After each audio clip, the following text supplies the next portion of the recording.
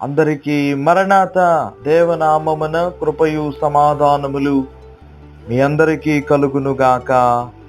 ఆమేన్. Bible గ్రంథములో మార్పు పొందిన సమరయ స్త్రీ మనకు కనబడతా ఉంది. ఈ సమరయ స్త్రీ మారింది, మార్పు చెందిన స్త్రీ. మనం గమనించినట్లయితే ఈ మార్పు పొందినటువంటి ఈ సమరయ స్త్రీ అలాగే ఉందా మార్పు పొందిన తర్వాత అంటే? వెళ్ళి ప్రియులారా తన సువార్తను ప్రకటించింది. నా గురించి చెప్పిన యేసు ప్రభువుని మీకు చూపిస్తాను రండి అని చెప్పంట ఆ ఊరు వారికి ప్రకటన చేయడం మొదలు పెట్టింది. అంటే సమరయ స్త్రీ ప్రియులారా మార్పు చెందింది. మార్పు చెందింది కాబట్టే ఆలోచన మార్చుకున్నది. మార్పు చెందింది కాబట్టే అలవాటులు మార్చుకున్నది. మార్పు చెందింది కాబట్టే సువార్తను ప్రకటించింది. మార్పు చెందింది కాబట్టే ప్రియులారా యేసు ప్రభువుకి శిష్యురాలుగా మార్చబడింది. యేసు ప్రభువుకి బిడ్డగా మార్చబడింది. ఈరోజు నీ మాటలు వింటున్న ప్రియ సహోదరి సహోదరుడారా, మీరందరూ గమనించాలి.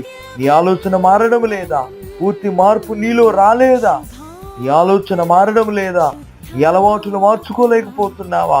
నీ పద్ధతులు మార్చుకోలేకపోతున్నావా? నీ తలంపులు మార్చుకోలేకపోతున్నావా?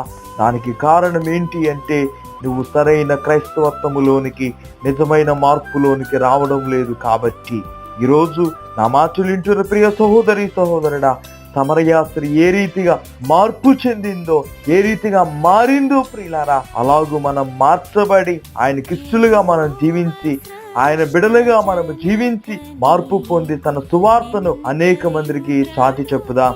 అటు ధన్యత ప్రభు మనకు అనుగ్రహించును గాక.